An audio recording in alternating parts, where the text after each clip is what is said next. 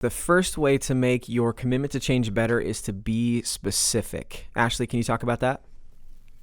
Yes. So often when I would be trying to make goals, or like Nick said, you kind of are just like, I need to do better, I need to try harder. So some of the non-specific examples would be, I need to get more sleep, I need to eat better, I need to be more relational. And instead of having goals like that, you can specify it so that it's actually something you can actually hit that small realistic goal. So instead of saying get more sleep, maybe say I'm going to be in bed by 10. Instead of saying eat better, you might want to say I'm going to eat Mm-hmm. veggies twice today. Instead of saying be more relational, you might want to say on Wednesday I'm going to schedule a coffee date with my friend. So that it's specific, so you know what day, what time, and how you're going to get to that goal.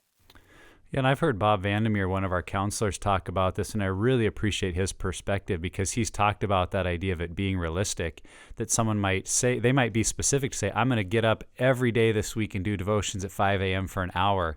And he'll ask that follow-up question like, well, how much are you doing right now? Like, well, none. Well, what time do you usually Yeah. get up? Well, about 8:30. Like, Yeah. okay, is it realistic that in 1 week you're going to go to getting up 3.5 hours earlier and increase that time of devotions by an hour?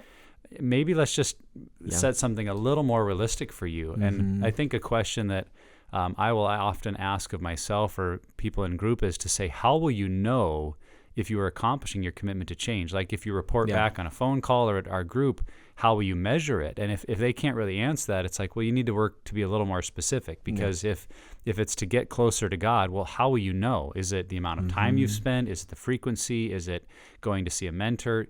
So some of those questions of, is it realistic? Like, where am I at now versus Yeah. how much am I trying to do in 1 week?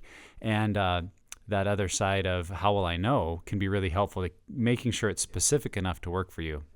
I struggle with, like, sometimes it's obviously, your commitment to change for that week could be, I want to read the Bible, and that's totally fine.